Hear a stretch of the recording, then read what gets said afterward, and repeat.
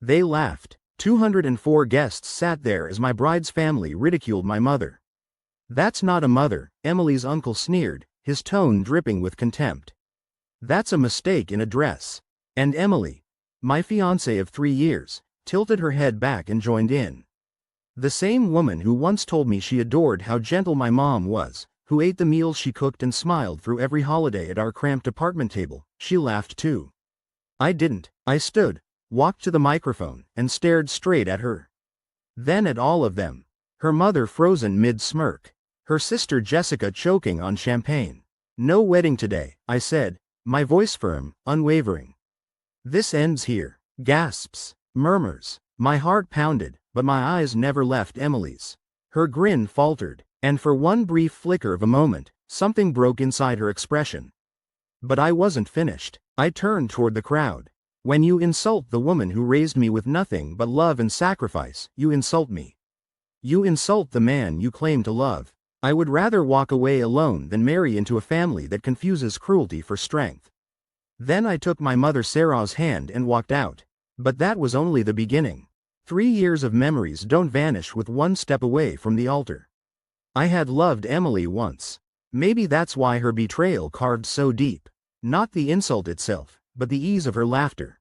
As if the mask had finally slipped, revealing what she and her family had hidden all along. My mother didn't say a word on the drive home.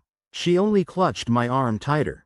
That night, while they scrambled to delete photos and salvage pride, I lay awake piecing together years of offhand comments, inconsistencies, strange patterns. A cold clarity settled in. They thought they could humiliate her without consequence. They thought wealth, influence, and a guest list shielded them. They were wrong. Emily showed up the next morning, her eyes swollen, no makeup, hiding in a designer hoodie like that could make her seem real. I didn't answer the door. She knocked again and again before sliding a note under the frame. "Let's talk, please." I slid it back with 2 words scrawled in red ink. "Watch the news." Because while she slept, I was already 10 steps ahead. Her father, Richard Hayes, ran a logistics company. Mid-sized, government contracts. On paper, everything looked clean. Underneath, it reeked. I had glimpsed files on his laptop once during a family dinner. Falsified invoices, hidden bribes, fabricated worker identities. I never forgot, and now, I exposed them. I sent the files to every agency I could. And to a journalist I knew from college. By noon, their name was plastered across every news outlet. Fraud, tax evasion, labor exploitation. But I wasn't done. Her mother, Linda, managed a charity called Feeding Futures. Supposedly helping underprivileged children. Less than half the donations reached them.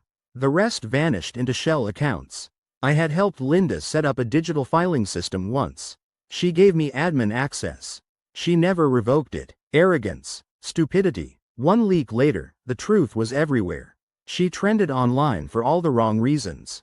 Hashtag fake philanthropy. Hashtag criminal with a curl. She cried on camera. Claimed hackers framed her. But the documents screamed louder than her staged tears.